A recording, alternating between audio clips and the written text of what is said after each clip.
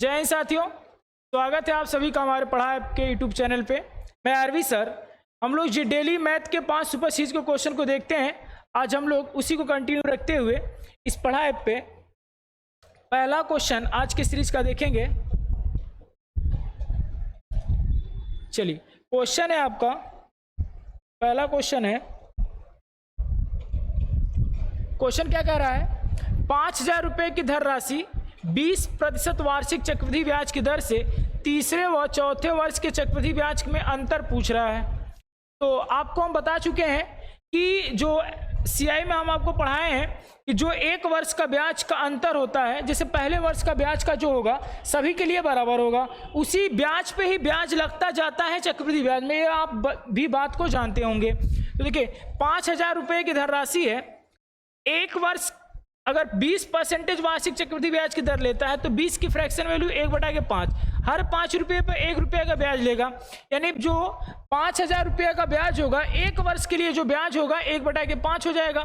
दूसरे वर्ष के लिए ब्याज पे भी ब्याज लगेगा, चक्रवृद्धि ब्याज है तो 6/5 हो जाएगा।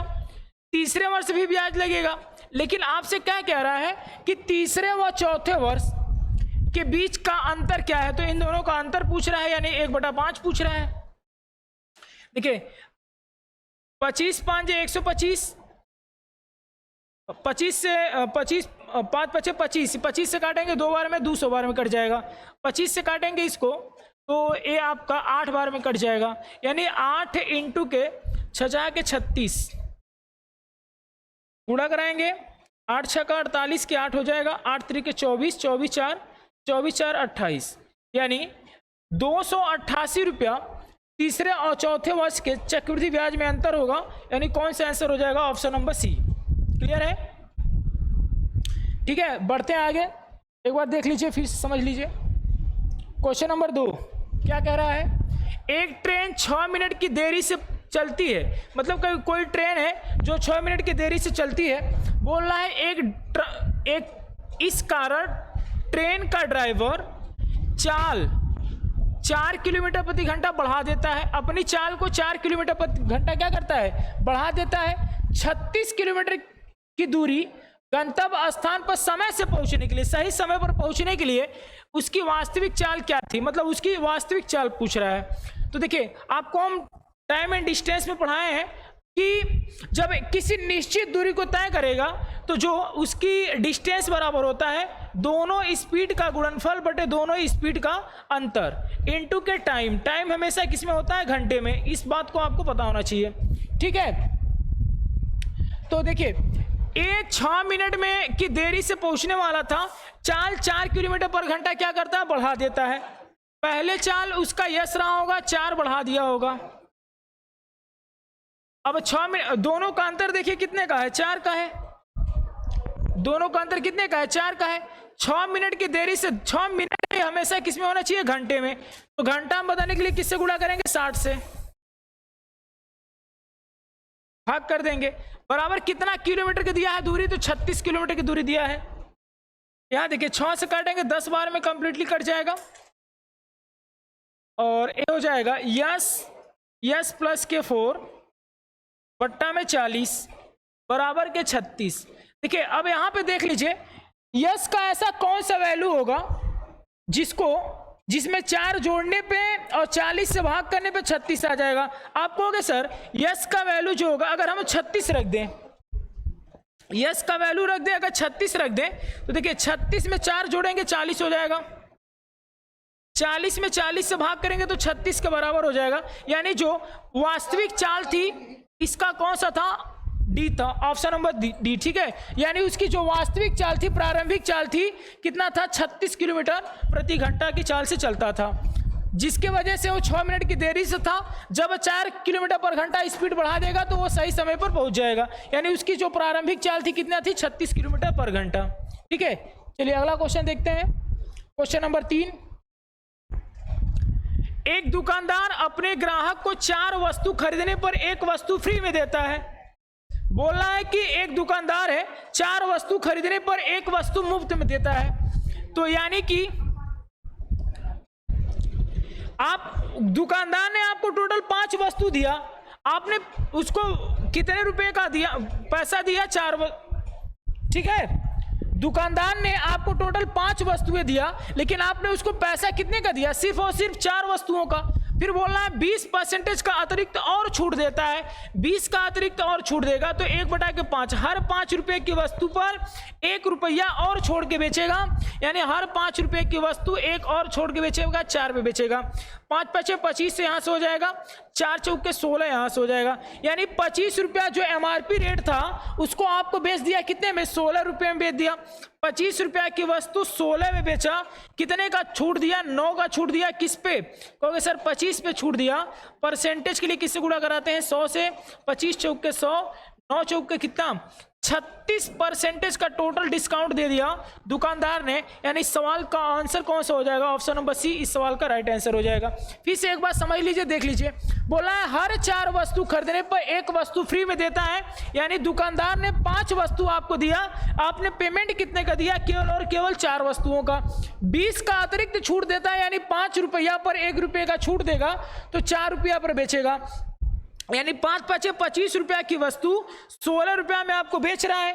25 की वस्तु 16 में बेच रहा है तो 9 का छूट दिया, कितने पे, 25 पे, परसेंटेज के लिए 100 से गुणा, यानी इस सवाल का जो राइट आंसर हो जाएगा ऑप्शन नंबर सी।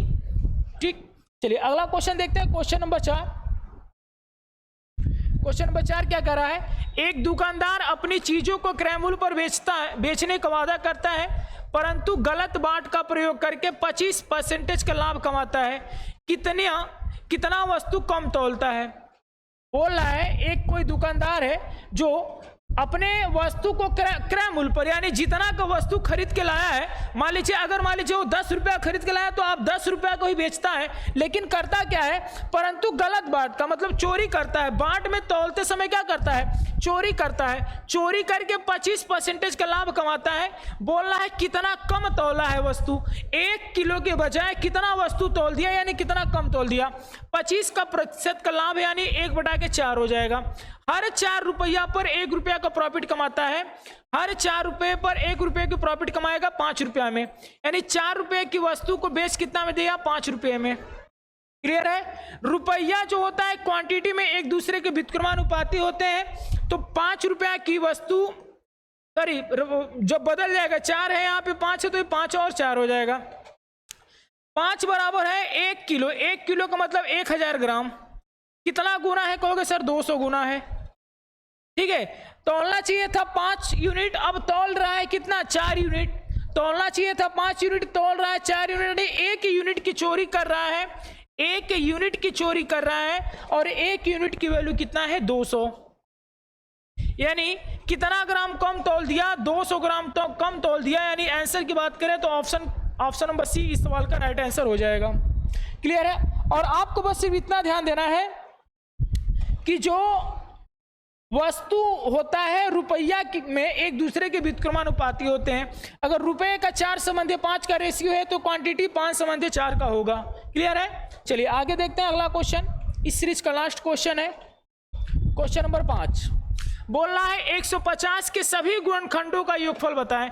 150 के जब जितने भी सारे गुणनखंड होंगे सबका योगफल पूछ रहा है। यहां से आपको 2-3 सवाल पूछता है कभी कभी 150 के सभी गुणनखंडों का संख्या बताइए, 150 के सभी गुणनखंडों का योगफल बताइए, और कभी कभी पूछता है कि सम गुणनखंडों का योग बताइए, सम गुणनखंडों का की संख्या बताइए, या विषम गुणनखंडों को। तो चलिए देखते हैं 150 को हम लोग ब्रेक करेंगे तो कहेंगे सर 15 इंटू, या फिर इसको डायरेक्ट तोड़ लें 25 इंटू के 6 को तोड़ेंगे 2 इंटू के 3, यानी कि 2 के पावर 1, 3 के पावर 1, 5 के पावर कितना आ गया 2। अगर संख्या पूछता, क्या पूछता, गुणनखंडों की संख्या, गुणनखंडों की संख्या पूछता तो क्या करते हैं, इनके घात को 1-1 बढ़ा के गुणा कर देते हैं। जैसे यहाँ पे 1 है तो 1 से 1 ज्यादा 2 होता, यहाँ भी 1 है तो 1 से 1 ज्यादा 2 होता, यहाँ पे 2 है तो 2 से 1 ज्यादा 3 होता, 3 दूना 6 दूना के 12। गुणनखंडों की संख्या की बात की जाती है तो आंसर क्या होता आपका 12 होता। लेकिन हमसे बोला है योगफल बताएं, तो योगफल के लिए क्या हो जाएगा, योगफल के लिए देखिए योगफल कैसे निकालते समझ लीजिए। यहाँ पे 2 के पावर कितना है, 1 है, तो 2 के पावर 0 से कहां तक जाएंगे, 2 के पावर 1 तक जाएंगे। यहाँ देखिए गुणा का चिन्ह है गुणा, 3 के पावर 1 है तो 3 के पावर 0 से कहाँ तक जाएंगे, 1 तक जाएंगे, मल्टीप्लाई 5 की पावर 2 है तो 5 की पावर 0 से कहाँ तक जाएंगे, 5 की पावर 1 तक जाएंगे, 2 तक जाएंगे।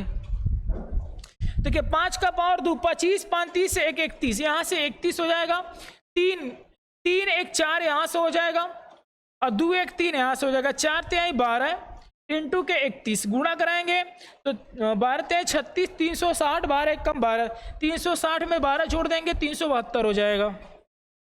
कितना हो जाएगा, 372।